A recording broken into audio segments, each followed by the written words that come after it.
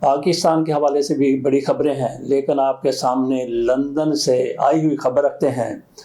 کچھ لوگوں کی تو یہ خبر سن کے ان کی پریشانی سے، صدمے سے ماں مر جائے گی، اور کئی کا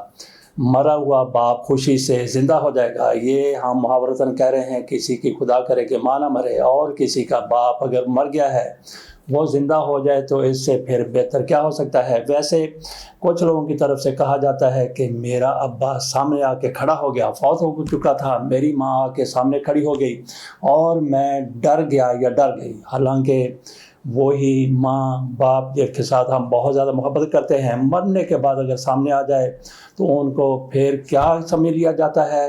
ان کا بھوت سمجھ لیا جاتا ہے، لوگ ڈرنے لگ جاتے ہیں۔ لیکن کچھ ایسے لوگ بھی ہیں جو کہتے ہیں کہ مرنے کے بعد اگر میرے سامنے میری ماں آ گئی ہے، میرا باپ آ گیا ہے، بھائی آ گیا، بیٹا آ گیا، جو بھی فوت ہوا ہے عزیز ہے، اس پر وہ بڑے اطمینان کا اظہار کرتے ہیں، اللہ کا شکر ادا کرتے ہیں کہ ٹھیک ہے مرنے کے بعد میرے سامنے آ گیا۔ بہرحال یہ جملہ معترضہ تھا۔ آ جاتے ہیں خبر کی طرف، جس کے بارے میں ہم نے کہا کہ کچھ لوگ سنیں گے تو صدمے سے دوچار ہو جائیں گے، اور کچھ لوگ سنیں گے تو خوشی سے نہال ہو جائیں گے۔ یہ خبر کیا ہے جناب؟ عادل راجہ صاحب کے حوالے سے خبر ہے، ان کو جرمانہ کر دیا گیا۔ بریگیڈیئر راشد نصیر پاکستان سے وہاں لندن میں گئے تھے، وہاں انہوں نے مقدمہ کیا تھا کہ اس بندے نے میری کردار کشی کی ہے، میرے خلاف الزامات لگائے ہیں، اور سارے کے سارے جھوٹے الزامات ہیں۔ ہم لوگ بھی کہہ رہے تھے کہ اگر کسی کو انصاف چاہیے، فوری انصاف چاہیے، تو پھر انگلینڈ چلا جائے، امریکہ چلا جائے، پاکستان کے علاوہ کسی بھی ملک چلا جائے، اس کو انصاف مل جائے گا، اور اس کو کھرا انصاف ملے گا۔ یہاں کی طرح نہیں ہے کہ انصاف بڑی مدت کے بعد جا کے ملتا ہے، اور آج کل جس طرح سے انصاف ملتا ہے، دیکھ لیجئے جناب امین الدین صاحب کی، حاجی صاحب کی عدالت، اس میں بھی ایک مقدمہ گیا ہوا ہے، 26واں آئینی ترمیم کے خلاف مقدمہ ہے۔ وہ اس مقدمے کو سن رہے ہیں۔ کل ان کی طرف سے کہا گیا کہ آئین کے خلاف جب تک وہ 26ویں آئینی ترمیم نافذ العمل ہے، وہ آئین کا حصہ ہے، اور آئین کے خلاف ہم نہیں جا رہے۔ تو آج کی سماعت کے دوران بھی وہاں پہ بڑی بڑی باتیں، منیر ملک صاحب بھی وہاں پہ بولے، دیگر جج صاحبان بھی بولے، لیکن ان کے کان پر جوں بھی رینگتی ہوئی نظر نہیں آئی۔ تو جس قسم کا فیصلہ، جس طرح سے قاضی فیصل صاحب ہر بار یہی کہتے تھے کہ آئین کے علاوہ ہم کہیں اور نہیں جا سکتے، پارلیمنٹ کو اختیار حاصل ہے، وہ آئین میں ترمیم کر سکتی ہے، نیا آئین بنا سکتی ہے، پرانے آئین کو اس کی طرف سے رد کیا جا سکتا ہے، عدلیہ کا کوئی اختیار نہیں۔ اور یہ انہی کے بچونگڑے ہیں، انہی کے شتونگڑے ہیں، انہی کے چھوڑی ہوئی باقیات ہیں۔ یہ وہی بات کریں گے جو قاضی فیصل صاحب کر رہے تھے کہ آئین میں جب درج ہو گیا اور پارلیمنٹ کو آئین میں تبدیلی کا، ترمیم کا اختیار حاصل ہے، تو کس طرح اس اختیار کو ہم واپس لے سکتے ہیں، کس طرح ہم ترمیم کو ختم کر سکتے ہیں، اس میں امینڈمنٹ کر سکتے ہیں، اس میں سے کچھ چیزوں کو نکال سکتے ہیں، کچھ چیزوں کو اس میں شامل کر سکتے ہیں، شامل رہنے دے سکتے ہیں۔ کیسے ہم کر سکتے ہیں؟ تو امین الدین صاحب تو آپ کو پیٹتے ہوئے وہاں پہ روتے ہوئے نظر آئیں گے، اس کی حمایت میں، اس ترمیم کی حمایت میں، اور اس کے خلاف جانے کے لیے تیار نہیں ہوں گے۔ بادی و نظر میں یہی کہا جا سکتا ہے۔ بات کر رہے تھے ہم عادل راجہ سے، عادل راجہ صاحب سے بات ہماری شروع ہوئی تھی۔ وہاں پہ ان کو جرمانہ کتنا ہوا ہے؟ 1,34,00,000 روپے پاکستانی۔ یہ دو مدات میں ان کو جرمانہ ہوا۔ ایک تو 50,000 روپیہ ان کو جرمانہ ہوا، جو کچھ انہوں نے ان کے بارے میں کہا، ان کی کردار کشی کی، ان کو ادا کریں گے 50,000 روپیہ جرمانہ، ان کو پیسے ادا کیے جائیں گے۔ بالکل وہی معاملہ ہوا ہے جو ریحام خان کی طرف سے الزامات لگائے گئے تھے زلفی بخاری صاحب پر، اور روزویلٹ ہوٹل کے حوالے سے ان کی طرف سے کہا گیا تھا یہ کیسے بکوا رہے ہیں، یہ کوڑیوں کے داموں اس ہوٹل کو بکوا رہے ہیں، پاکستان کا بہت بڑا نقصان کر رہے ہیں۔ یہ ریحام خان صاحبہ کی طرف سے کہا گیا، جو عمران خان کی سابقہ اہلیہ ہیں۔ یہ بندہ بھی لندن کی کورٹ میں چلا گیا اور 50,000 روپے جرمانہ ان کو ادا کرنا پڑا تھا۔ نہ صرف جرمانہ ادا کیا تھا بلکہ انہوں نے ان سے معافی بھی مانگی تھی۔ کہاں پہ معافی مانگی تھی؟ ٹی وی پر، چینل پر انہوں نے ایک ویڈیو اپنی جاری کی تھی جس میں وہ معافی مانگتی ہوئی نظر آئی تھی۔ اسی طرح سے راشد نصیر صاحب وہاں پہ اپنا مقدمہ لے گئے، یہاں پہ اس کی بڑی مخالفت ہو رہی تھی کہ یہ پاکستان کو بدنام کرنے کے لیے وہاں گئے ہیں، یہ یہاں کے کپڑے وہاں جا کے دھونا چاہتے ہیں، یہ دنیا کو کیا بتانا چاہتے ہیں، کیا دکھانا چاہتے ہیں۔ بہرحال راشد نصیر صاحب کا موقف درست تھا۔ یہاں پہ بیٹھ کے کئی ہمارے دوست اس پر تنقید کریں گے کہ عادل راجہ کو جرمانہ ہو گیا، کیسی عدالت ہے، جرمانہ کیا ہو گیا؟ بالکل درست درست ان کی طرف سے فیصلہ کیا گیا ہے۔ جج صاحب کا نام ہے رچرڈ اسپیئرمین، انہوں نے اسپیئر کسی کو نہیں کیا، جو ان کے سامنے آتا وہ قانون کے مطابق دلائل کے مطابق فیصلہ کر دیتے ہیں۔ آدھر راجہ صاحب کی طرف سے موقف یہ اختیار کیا گیا تھا کہ میں نے وسیع تر عوامی مفاد میں ان پر جو بات کی تھی وہ کی تھی، اگر میں بات نہ کرتا تو عوام کو کئی چیزوں کا پتہ نہ چلتا، لیکن وہاں پہ وہ ثابت نہیں کر سکے کہ ان کا جو بھی الزامات تھے وہ عوامی مفاد کے لیے تھے، کسی عام بندے کو اس کا فائدہ ہو سکتا تھا۔ بہرحال وہ ثابت نہیں کر سکے تو ان کو جرمانہ ہو گیا۔ کتنا جرمانہ ہو گیا؟ اور یہ کورٹ کا نام ہے رائل کورٹ آف جسٹس، یہ لندن کی عدالت ہے، برطانیہ کی عدالت ہے۔ وہاں سے ان کو آدھر راجہ کو جرمانہ ہوا، 50,000 ایک جرمانہ ہوا ہے، ان کو ادا کریں گے۔ 50,000 الگ سے جرمانہ ہوا ہے، 50,000 پاؤنڈ یہ ادا کریں گے ان کو راشد نصیر کو، اور 3 لاکھ روپے جرمانہ یہ کیا گیا ہے کہ جو اخراجات ہیں وکلاء کے اخراجات ہیں، دونوں طرف کے وکلاء کے اخراجات ان کے ذمہ پڑ گئے، اور جو عدالت کے اخراجات ہیں وہ بھی 3 لاکھ روپے میں شامل ہیں۔ ہمارے کچھ دوست پہلے کہہ رہے تھے کہ جتنا بھی ان کو جرمانہ ہو جائے، انہیں جب کہہ دینا کہ میرے پاس اتنے ہی پیسے نہیں ہیں تو پھر کیا ان کے کپڑے اتار لیں گے؟ یہ بچوں، یہ پاکستان نہیں ہے کہ آپ کوئی نہ کوئی بہانہ کر کے نکل جائیں، چلے جائیں، وہاں پہ آپ کو ایک ایک پیسہ جمع کروانا پڑے گا۔ اگر نہیں کرواتے تو پھر کیا ہوگا؟ یہ امریکہ میں موجود ہیں، وہاں تک بھی اس عدالت کے احکامات چلتے ہیں، تو آدھر راجہ صاحب کے لیے بچنے کا کوئی راستہ نہیں ہے۔ گو کہ ان کے ساتھی یوٹیوبر یہ ضرور کہیں گے کہ ان کے پاس کوئی پیسہ نہیں ہے، وہ تو کہہ دیں گے کہ میں کنگال ہوں،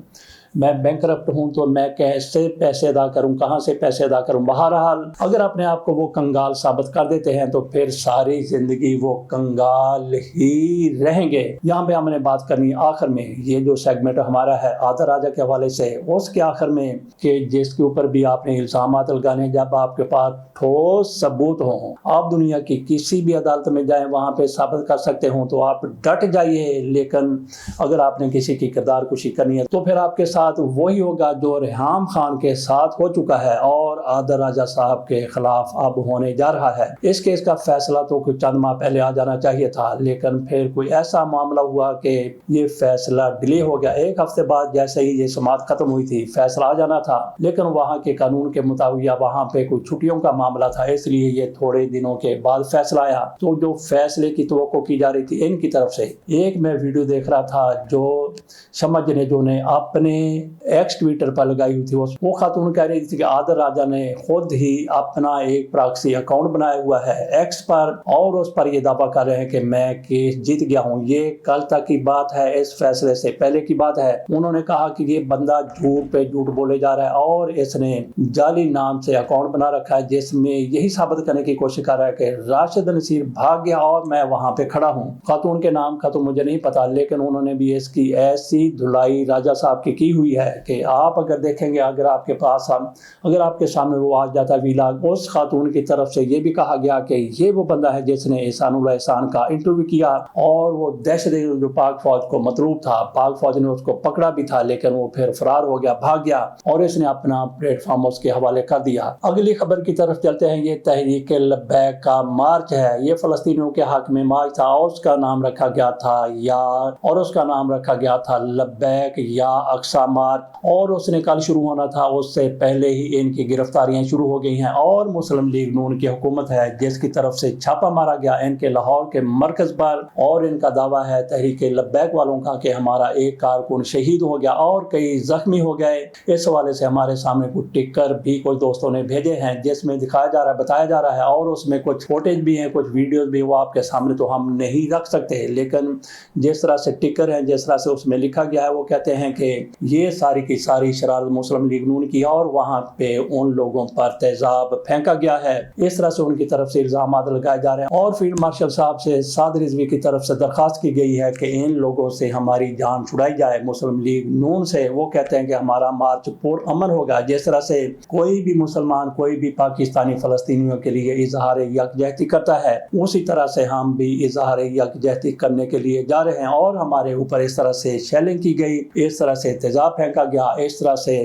ہمارے لوگوں پر ظلم کیا گیا، ستم کیا گیا کہ ایک کارکن شہید ہو گیا، یہ دعویٰ کیا گیا ہے تحریک لبیک کی طرف سے۔ اگلی خبر ہماری ہے گنڈا پور صاحب کی طرف سے۔ عمران خان نے جس طرح سے سہیل آفریدی کو نامزد کیا ہے، کچھ لوگوں کی طرف سے کہا جا رہا ہے کہ یہ رجیم اور یہ اسٹیبلشمنٹ، بلکہ فوج کا بھی کچھ لوگوں کی طرف سے نام لیا جا رہا ہے کہ وہ اس سارے معاملے کو ناکام بنانے کے لیے آگے آ گئے ہیں، لوگوں کو خریدا جا رہا ہے، لوگوں پر دباؤ ڈالا جا رہا ہے۔ تو اس حوالے سے ہم نے صرف یہ بات کرنی ہے کہ فوج پہلے بھی موجود تھی، انتخابات ہوئے، فوج موجود تھی، انتخابات کے بعد حکومتیں بنی ہیں،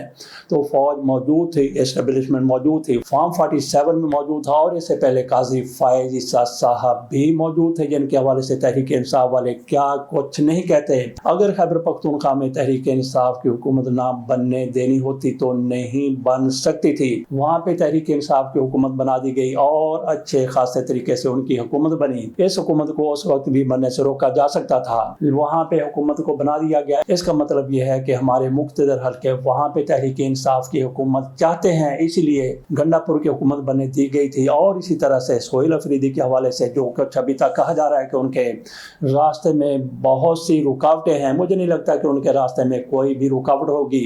تو ویسے یہ کنڈی شنڈی یہ لوگ تو بڑے ادھر ادھر بھاگیں گے، دوڑیں گے۔ مولانا فضل الرحمان کی پارٹی بھی کوئی نہ کوئی اپنا کردار ادا کرے گی، پیپلز پارٹی مسلم لیگ نون والے بھی آگے بھاگ کر آئیں گے۔ بھاگتے چور کی لنگوٹی جنگ یا کچا نہیں، بلکہ بھاگتے ہوئے بندے کا سارا لباس، کوٹ پینٹ، اور اگر وہ خاتون ہے تو اس کے سارے زیورات ہمارے حوالے ہو جائیں۔ تو ان کی طرف سے کوششیں جاری ہیں، لیکن جہاں پہ منظوری ہونی ہے، جہاں ویسے منظوری تو اللہ تعالیٰ کے ہاں سے ہوتی ہے، لیکن اس کے بعد بھی کئی جگہوں پر منظوری کا سلسلہ ہوتا ہے، جہاں سے منظوری ہونی ہے وہاں پہ مجھے نہیں لگتا کہ کسی قسم کی کوئی رکاوٹ ان کے سامنے آئے گی، اور سہیل آفریدی بڑی آسانی کے ساتھ خیبر پختونخوا کے وزیر اعلیٰ منتخب ہو جائیں گے۔ اور اس میں بھی کوئی شک نہیں ہے کہ تحریک انصاف کا کوئی بھی ایک leader, Imran Khan, Bushra be be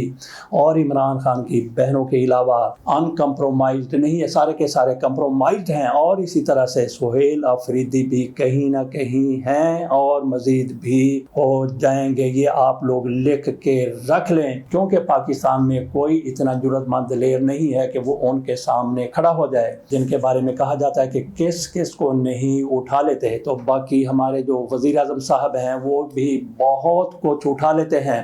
اور اتنا کچھ اٹھا لیتے ہیں اور اتنا اونچا اٹھا لیتے ہیں کہ ان کے بارے میں کہا جا رہا ہے کہ وہ تا حیات پاکستان کے وزیر اعظم رہیں گے۔ ہمارا ویلاگ تھوڑا سا طویل ہو گیا ہے، لیکن دو خاص چیزیں ابھی ہم نے آپ کے سامنے رکھنی ہے۔ ایک تو سلمان اکرم راجہ عمران خان سے ملاقات کے لیے جاتے ہیں اور وہ باہر ابھی نہیں آتے، یہ خبر جیو نیوز پر چلنا شروع ہو جاتی ہے۔ جیو نیوز تک کیسے خبر پہنچی، یہ کیسے ہو سکتا ہے؟ جیسا کہ ہم نے کہا کہ تحریک انصاف کا ہر بندہ، ہر لیڈر سوائے ایک دو کے سارے کمپرومائز ہیں، اور سلمان اکرم راجہ صاحب کیا اپنی جیب میں کوئی مائک لے کے چلے گئے تھے؟ کیسے وہاں تک خبر پہنچ گئی؟ اب یہ بھی ہوتا ہے کہ عمران خان کی ملاقات ہوتی ہے تو وہاں پہ کوئی بندہ ایسا نہیں ہوتا، یا پھر وہاں پہ جو کمرہ ہے یہ بھی نہیں کہا جا سکتا کہ اس کی بگنگ کی گئی ہے۔ اس سے آپ اندازہ کر سکتے ہیں کہ کون کون لیڈر ہے جو کمپرومائز ہو چکا ہے اور جو کمپرومائز نہیں ہوا۔ اگلی بات یہ ہے کہ عمران خان کو یہ سنا گیا ہے کہ ان کو اوجڑی کیمپ میں رکھا جا رہا ہے، اور یہ کیمپ کس کی حفاظت میں ہے، کس کی ذمہ داری میں ہے، کس کی نگرانی میں، کس کی نگہبانی میں ہے، سب کو پتا ہے۔ اور یہ اوجڑی کیمپ وہی ہے جہاں پہ امریکہ کا اسلحہ بھی کئی دہائیاں قبل پھٹا تھا، اور وہاں پہ پورے شہر میں اسلام آباد میں کتنے زیادہ لوگ شہید ہو گئے تھے، اور ان میں شاہد خاقان عباسی کے والد صاحب بھی موجود تھے جو گاڑی میں جا رہے تھے، ان کی گاڑی پر بھی وہی ایک ٹکڑا بم کا، راکٹ کا، میزائل کا گرا تھا، اس میں وہ شہید ہو گئے تھے۔ اس طرح سے پورے اسلام آباد میں ایک کوہرام مچا ہوا تھا۔ اسی اوجڑی کیمپ کے علاقے میں کہا جا رہا ہے کہ عمران خان کو شفٹ کیا جا رہا ہے، اور اس کے 1-2 مہینے کے بعد ان کو رہا کر دیا جائے گا، اور یہ ہمارے تک ایسے ہی اڑتی خبر پہنچ گئی، اور یہ کہا جائے گا کہ کیونکہ یہ وہاں پہ رہے ہیں، ان کی کسٹڈی میں رہے ہیں، اور یہ اندر سے ڈیل کر کے آئے عمران خان کے بارے میں بھی یہی پھر کہا جائے گا ان لوگوں کی طرف سے جو آج عمران خان کے خلاف میڈیا میں خبریں لگاتے ہیں کہ عمران خان بھی کمپرومائز ہو گئے ہیں۔ اس کے ساتھ اجازت دیجیے، اللہ حافظ۔